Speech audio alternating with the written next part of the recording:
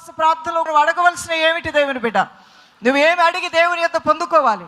ఇక్కడ యోవేలు గ్రంథము 2వ అధ్యాయము 12 నుండి 14 వచనాల్లో మనం చూసినట్లయితే వినాశనకరమైన కార్యాలు అక్కడ జరిగాయి. నీ జీవితంలో కూడా వినాశనకరమైనవి, వేదనకరమైనటువంటివి, బాధాకరమైనటువంటివి, నీవుగా తీసుకోలేనటువంటి దుఃఖములు, వేదనలు నిన్ను ఆవరించి ఉన్నట్లయితే ఈరోజు నువ్వు అడగాలి. ప్రభు అన్నాడు, తన ప్రజలను ఉద్దేశించి వినాశనకరమైనటువంటి, బాధాకరమైనటువంటి కార్యాలు మా జీవితాల్లో జరిగాయని గుండెలు పాదుకుంటూ ఏడుస్తున్నారు కదా. మీరు ఉపవాసించి ప్రార్థన చేసి, అయా ఈ వినాశనకరమైనటువంటి స్థితుల నుంచి మాకు విడుదల దయచేయమని మీరు మొరపెడుతూ ఉండగానే నేను కరుణతోనూ, దీర్ఘశాంతముతోనూ, క్షమాపణతోనూ మీ మధ్యలోనికి వచ్చి కార్యాలు చేస్తానన్నారు. ఇక్కడ మనం చదువుదాం. ఇప్పుడైనను మీరు ఉపవాసం ఉండి కన్నీరు విడుచుచు దుఃఖించుచు మనపూర్వకంగా తిరిగి నా యొద్దకు రండి. ఇదే యెహోవా వాక్కు. మీ దేవుడైన యెహోవా కరుణా వాత్సల్యములు గలవాడును, శాంతమూర్తియు, అత్యంత కృపగలవాడునై ఉండి తాను చేయను ఉద్దేశించిన కీడును చేయక పశ్చాత్తాపపడును గనుక మీ వస్త్రములను కాక మీ హృదయములు చింపుకొని ఆయన తట్టు తిరుగుడి. ఒకవేళ ఆయన మనస్సు త్రిప్పుకొని పశ్చాత్తాపడి మీ దేవుడైన యెహోవాకు తగిన నైవేద్యమును పానార్పణమును మీకు దీవెనగా అనుగ్రహించును. అనుగ్రహింపడని ఎవడు చెప్పగలడు? దీవెన ఇవ్వడని నువ్వు చెప్పగలవా? ఎవరైనా మనల్ని అడిగితే, ప్రార్థన చేస్తే దేవుడు జవాబిస్తాడు, దేవుడు ఇవ్వడని చెప్పగలవా? దేవుడు ఇవ్వడని ఎవరు చెప్పగలరు? ఆయన ప్రజలకు ఆయన సమస్త దీవెనలు ఇచ్చి తీరుతాడు. హల్లెలూయా. నిశ్చయముగా ఇస్తాడు. ఇవ్వరని ఎవరు చెప్పగలరు? నేను ఇవ్వనా? సర్వశక్తిగల దేవుడు అడుగుతున్నాడు, ప్రశ్నిస్తున్నాడు. మీరు ఆ విధంగా ప్రార్థన చేస్తే నేను మీతో మాట్లాడినా, మీకు కార్యాలు నేను జరిగించినా, నేను ఆ యొక్క మీ జీవితాల్లో ఉన్నటువంటి వినాశనకరమైనటువంటి, దుఃఖకరమైనటువంటి ఆ స్థితి నుంచి నేను మీకు విడుదల ఇవ్వనా? నేను ఇవ్వనా అని మీరు ఎందుకు అనుకుంటూ మౌనంగా ఉన్నారు ఇన్ని రోజులు? దేవుడు మాకు సహాయం చేయట్లేదు, ప్రభువు మాకు దూరంగా ఉన్నాడు, ఆయన మా కన్నీటిని చూడట్లేదని మీ హృదయాలను మీరు ఎందుకు కఠినపరుచుకొని మీరు చేయవలసినటువంటి మంచి కార్యాన్ని మీరు ఎందుకు చేయకుండా ఉన్నారు? ఇప్పుడైనను సరే మీరు ఉపవాసం ఉండి దుఃఖించుచు కన్నీటితో ప్రార్థన చేసిన ఎడల నిశ్చయముగా మీరు కోరుకున్నవి నేను ఇవ్వవలసినవి ఇచ్చి తీరుతాను అంటున్నాడు. హల్లెలూయా. మీరు కోరుకున్నవి మీరు పొందుతారు. ప్రభు అయిన దేవుడు మీకు ఇవ్వాలనుకున్నవి ఇచ్చి తీరుతాడు ఈ ఉపవాస ప్రార్థనలో దైవజనమా. అందువల్లనే వినాశనకరమైనవి, దుఃఖకరమైనవి ఏమైనా జరిగి ఉన్నాయేమో, ఇప్పుడైనా నా తట్టు తిరుగుడి అన్నటువంటి ఆ దేవుని వాక్కు ఈరోజు మీరు నెరవేర్చారు. ఆయన సన్నిధికి మీరు రావటమే ఆయన వైపు తిరగటం అంటే, మీ మనస్సుల్లో మీరు నిశ్చయించుకొని దేవుని కార్యాలు జరుగుతాయని నమ్మటమే ఆయన వైపు తిరగటం అంటే దైవజనమా. నా పాపములు, నా దోషములు, నేను చేసినటువంటి బలాత్కార కార్యములు ఏమైనా ఉంటే ఈ ఉపవాస ప్రార్థనలో నేను నా హృదయాన్ని చెప్పుకుంటాను. ఇప్పటి వరకు కూడా పైన పెదవులతో నేను ప్రార్థన చేశానేమో, ఇప్పుడు అది కాదు. నా హృదయాన్ని చెప్పుకొని నేను ప్రార్థన చేస్తాను. నా అంతరంగంలోంచి నేను ఏమై ఉన్నానో నా దేవునితో మాట్లాడుతాను. నా పెదవుల నోటి నుంచి వచ్చిన ప్రార్థనని నా దేవుడు అంగీకరిస్తాడు. తప్పక ఆయన కనికరాన్ని, ఆయన క్షమాపణ నేను పొందుకుంటాను.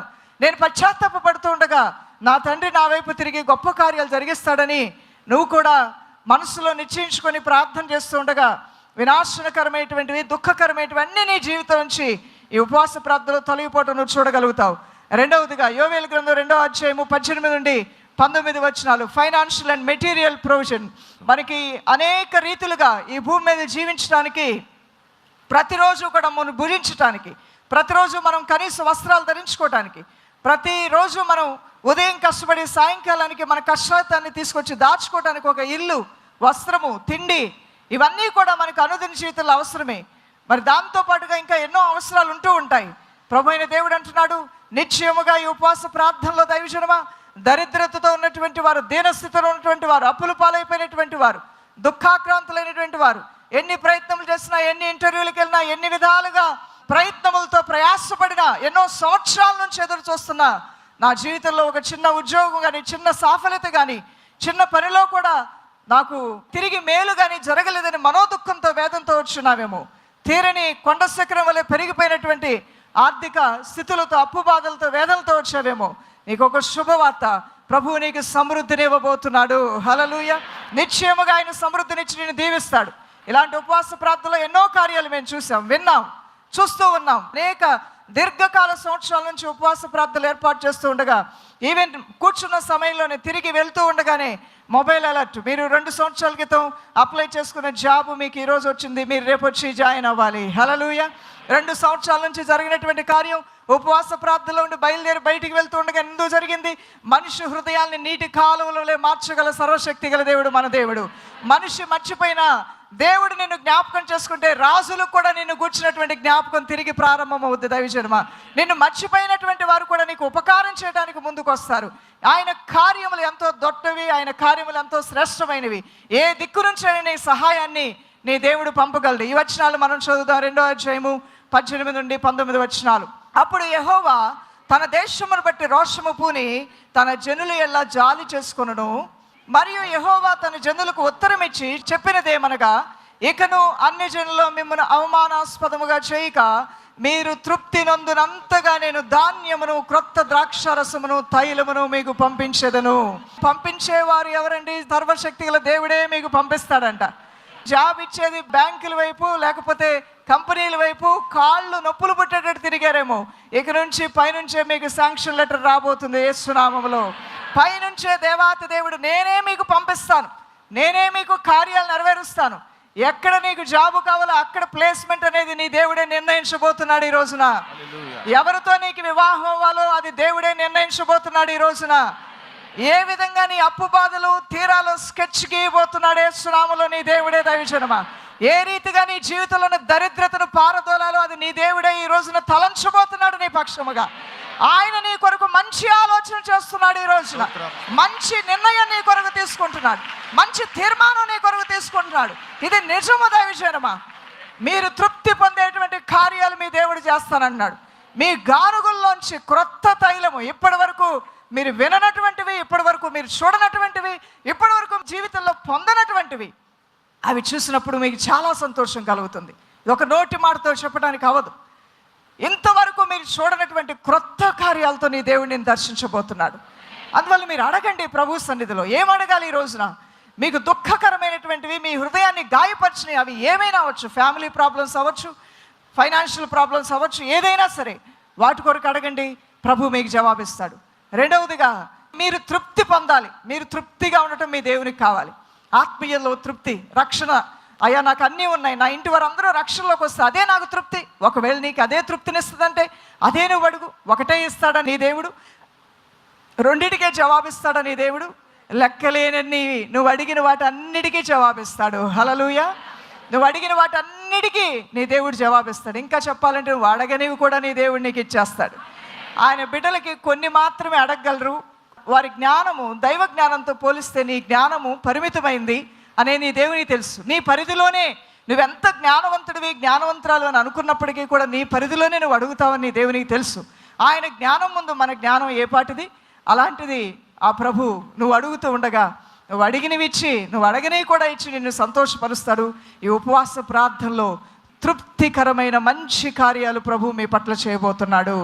మీరు ఎంతో సంతృప్తితో, ఆనందంతో దేవుడి నామాన్ని ఘనపరుస్తారు. మీ పిల్లలను చూసినప్పుడు, ఇంట్లో జీవిత భాగస్వాములు చూసినప్పుడు, మీరు బయటికి వెళ్ళినప్పుడు, లోపలికి వచ్చినప్పుడు అన్ని విషయాల్లో కూడా సంతృప్తికరమైనటువంటి కార్యాలు.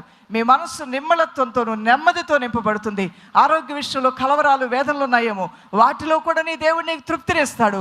లేదా అయిన వారు చనిపోయి హృదయం గాయపరచబడి వేదంతో ఉన్నారేమో ఆ విషయంలో కూడా నీ హృదయ గాయాన్ని ఆదరణగా మార్చి నీకు మేలుకరంగా ఆయనే నీకు తోడు నీడగా ఉండి నీ నడిపించడం నువ్వు చూడగలుగుతావు. మూడవదిగా యోవేలు గ్రంథం 2వ అధ్యాయం 24 నుంచి 25 వచనాలు. Restoration of wasted years. నువ్వు నష్టపోయాను, చాలా ఆలస్యం అయిపోయింది, చాలా పోగొట్టుకున్నాను, చాలా నా జీవితంలో ఉన్న విలువైన ముత్యాలు రాలిపోయాయి, అవి దారిపాలైపోయాయి, మట్టి పాలైపోయాయి, నేలపాలైపోయాయి, తిరిగి నేను తీసుకోలేనంత నష్టం నా జీవితంలోకి వచ్చింది. ఈ నష్టం మరలా ఎలా పూడ్చుకోవాలి? నేను ఈ యొక్క అగాధాన్ని ఎలా పూడ్చాలి? ఈ అగాధాన్ని పూడ్చి దాని మీద ఎలా నేను నిలబడాలి? ఇది నా వల్ల ఎలా అవుతుంది అనేటువంటి బాధతో నువ్వు ఉన్నావేమో. నీ ప్రభు అంటున్నాడు, నువ్వెంత నష్టపోయావో అంతకు 2 దీవెన ఈ ఉపవాస ప్రార్థనలో నువ్వు పొందబోతున్నావు. దేవుని బిడ్డ, మోడు బారిన జీవితమైన రూతు జీవితాన్ని చిగురింపజేసి వెనకకు తిరిగి చూసుకోవాల్సిన అవసరత లేనంత 2 దీవెనతో ఆమె జీవితాన్ని దీవించినటువంటి ఆ దేవాతి దేవుడు గొప్ప దేవుడు. విధవరాలు నాకు తిండే లేదంటున్నప్పుడు ఆ సంవత్సరాల తర్వాత సంవత్సరాలు ఆమెను పోషించడానికే సమృద్ధినిచ్చినటువంటి దేవాతి దేవుడు. ఏదైతే నష్టపోయాననుకున్నావో, ఏదైతే పోగొట్టుకున్నానన్నావో, ఈ నష్టం ఎలా పూరించుకోవాలని తలపట్టుకొని కూర్చున్నావేమో, నీ ప్రభు ఆ యొక్క స్థితిని మార్చడానికే నువ్వు జ్ఞాపకం చేస్తున్నాం. ఈ రోజున 2వ అధ్యాయము 24 నుండి 25 వచనాలు మనం చదువుదాం. కొట్లు ధాన్యముతో నిండును, క్రొత్త ద్రాక్షరసమును క్రొత్త తైలమును గానుగులకు పైగా పొర్లిపారును. మీరు కడుపారా తిని తృప్తి పొంది మీ కొరకు వింత కార్యములు జరిగించిన మీ దేవుడైన యెహోవా నామమును స్తుతించినట్లు నేను పంపిన మిడతలను, గొంగళి పురుగులను, పసర పురుగులను, చీడ పురుగులను నా మహాసైన్యము తినివేసిన సంవత్సరముల పంటను మీకు మరలా ఇత్తును. ఏదైతే మీరు నష్టపోయారో ఆ నష్టం పూడ్చివేసే విధంగా దైవ కార్యాలు మీరు చూస్తారు. పోగొట్టుకున్నటువంటివి చాలా నష్టపోయాం, ఇంకా వివాహం అవటం చాలా సంవత్సరాలు అయిపోయింది, ఇల్లు కట్టుకోవడం చాలా సంవత్సరాలు అయిపోయింది. ఇవన్నీ కూడా భూ సంబంధమైనటువంటి కనీస అవసరాలు, మన అక్కర్లు, మన అవసరాలు ఎరిగినటువంటి దేవుడు ఈ యొక్క దినాల్లో నువ్వు ప్రార్థన చేస్తుండగా ఏదైతే పోగొట్టుకున్నాననుకున్నావో, ఏదైతే నష్టపోయాననుకున్నావో అవన్నీ కూడా తిరిగి నీకు మేలుకరంగా నీ దేవుడు మార్చబోతూ ఉన్నాడు. 4వదిగా యోవేలు గ్రంథం 2వ అధ్యాయం 26 నుంచి 27 వచనాలు. Honour and removal of shame, నీ సిగ్గుని, నీ అవమానాన్ని కొట్టివేసి ఘనతను, గౌరవాన్ని, ఖ్యాతిని నీ దేవుడు నీకు ఇవ్వబోతూ ఉన్నాడు. ఎక్కడ సిగ్గుపరచబడ్డావో, ఎక్కడ అవమానపరచబడ్డావో, ఎక్కడ హేళన చేయబడ్డావో, ఎక్కడ చిన్న చూపు చూడబడ్డావో అక్కడ నేను నీ దేవుడిని కొమ్మును లేవనెత్తుతానంటున్నాడు. దైవజనమా, నీకు మేలు చేస్తానంటున్నాడు. ఎక్కడ అపజయాలు పాలయ్యావో అక్కడే తిరిగి నీకు న్యాయము, అదేవిధంగా జయాన్ని నీ దేవుడు అనుగ్రహిస్తానంటున్నాడు. యోవేలు గ్రంథం 2వ అధ్యాయం 26 నుండి 27 వచనాలు. అప్పుడు ఇజ్రాయేలు మధ్యలో ఉన్నవాడు నేనే అనియు, నేనే మీ దేవుడైన యెహోవాననియు, నేను తప్ప వేరొక దేవుడు ఒకడును లేడనియు మీరు తెలుసుకుందరు. నా జనులు ఇక ఎన్నడను సిగ్గు నొందకయుందురు. నా జనులు ఇక ఎన్నడను సిగ్గు నొందకయుందురు. హల్లెలూయా. దైవజనమా, ఇటు రీతిగా మరి ఆ సమయంలో ఆ ప్రజలు వారి జీవితాల్లోకి వచ్చినటువంటి ఈ బాధలు, ఈ వేదనలు తొలగిపోవాలని ఉపవాస ప్రార్థనలు మొరపెట్టారు. దైవ కార్యాలు, దైవ ప్రత్యక్షతలు వారు చూశారు. ఉపవాసం ఉండమని వారికి చెప్పింది ప్రభువే. ఉపవాసం ఉన్నప్పుడు వారు ఏం చేయాలో మాట్లాడింది ప్రభువే. వారు ఆ విధంగా చేస్తే ఏ కార్యాలు వారి యందు జరగబోతున్నాయో సెలవిచ్చింది కూడా సర్వశక్తి గల దేవుడే. మీ హృదయంలో ఉన్నటువంటి ఆ ప్రార్థన అవసరాలని మీకు జ్ఞాపకం చేస్తూ మూల్గుల రోదంతో కూడిన ప్రార్థనలు చేయడానికి మీకు సహాయం చేస్తున్నటువంటి వాడు ఆ సర్వశక్తి గల దేవుడే. మీకు జవాబు ఇవ్వబోయేది కూడా ఆ సర్వశక్తి గల దేవుడే. చప్పట్లు కొడుతూ ఆ దేవాతి దేవుడి నామాన్ని ఘనపరుద్దాం, ప్రార్థన చేద్దాం. దేవా, మీ కృతజ్ఞతలు నాయన, మహిమ గల దేవా, మీ స్తోత్రాలు తెలుస్తున్నాను. ఈ ప్రార్థనలో మీరు ఏం అడగాలనుకున్నారో అడగండి. దైవజనమా, మీరు ఏ విషయాల కొరకు దేవుని సన్నిధిలో మొరపెట్టాలనుకున్నారో మొరపెట్టండి.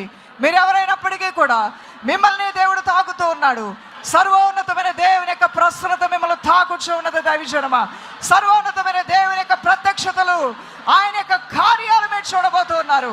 ఎన్నో సంవత్సరాల నుంచి, ఎన్నో దినాల నుంచి, ఎంతో కాలం నుంచి నిన్ను పట్టిన ప్రతి బంధకము తెగిపోతుంది యేసునామములో. విడుదల వస్తుంది యేసునామములో. చీకటి అంధకారం కొట్టివేయబడుగా యేసునామములో. దైవమా, మహోన్నతుడా, అయ్యో నీవు నమ్మదగిన దేవుడు ప్రభువా. పిలిచిన వాడు నీవే, ఏర్పాటు చేసిన వాడు నీవే, కార్యములు చేయవాడు నీవే, నీ ప్రజలను దీవించేవాడు నీవే నాయనా. నిశ్చయముగా నిశ్చయముగా ప్రవాహం వలె, నది వలె మా మధ్యలోనికి రండి ప్రభువా. దుష్టుడు ఎటువంటి అడ్డు ఆటంకము పెట్టినా వాటిని లయపరచండి నాయనా. అపవాది అయిన సాతాను క్రియలు లయపరచండి నాయనా. నీ ప్రజలకు గొప్ప విజయం దయచేయండి. ఆత్మీయంగా వారు క్షేమాభివృద్ధి పొందుటకు, వారు చేసే ప్రతి కార్యక్రమంలో, వారి తలంపుల్లో ఏది మేలయ్యేదో ఆ జీవ మార్గంలో నీ ప్రజలు నడిపించండి నాయనా. నీ కాపుదల, నీ కంచె నిత్యము నీ ప్రజలు కలిగి ఉండడానికి సహాయం దయచేయండి అయ్యా. ఓ లార్డ్ జీసస్, పరిశుద్ధుడా, సర్వశక్తివంతుడా, మహిమగల మా దైవమా, అయ్యా నీ ప్రజల జీవితాల్లో గొప్ప వచ్చేవాడిని. నీ రాజ్య విస్తరణను, నీవు దేశముల్లో ఉద్యోగము, నా తండ్రి ప్రజల్లో ఉద్యోగము, వ్యక్తిగత జీవితంలో ఉద్యోగము దయచేవాడా. నీ కనికరము, నీ కటాక్షము, నీ కృపా వాత్సల్యత కొరకు మేము ఎదురు చూస్తున్నాము నాయనా. తెలిసి తెలియక చేసిన ప్రతి దోషమును నీ ప్రజల్లోంచి తీసివేయండి, క్షమించండి నాయనా, మన్నించండి ప్రభువా. ఏ కాడి కింద వారు నా కాడిని, ఆ బరువైన కాడిని వెరగొట్టండి యేసునామములో. హృదయ కాఠిన్యములతో తీసివేయండి అయ్యా. ద్రాక్ష తీగల వలె ఈ ఉపవాస ప్రార్థనలో నీ స్వరముతో, నీ మాటతో, నీ చిత్తముతో ఐక్యమైపోయే కృప నీ ప్రజలకు దయచేయండి అయ్యా. క్రీస్తు యేసు నామములో ప్రార్థిస్తున్నాం మా ప్రియ తండ్రి, ఆమేన్.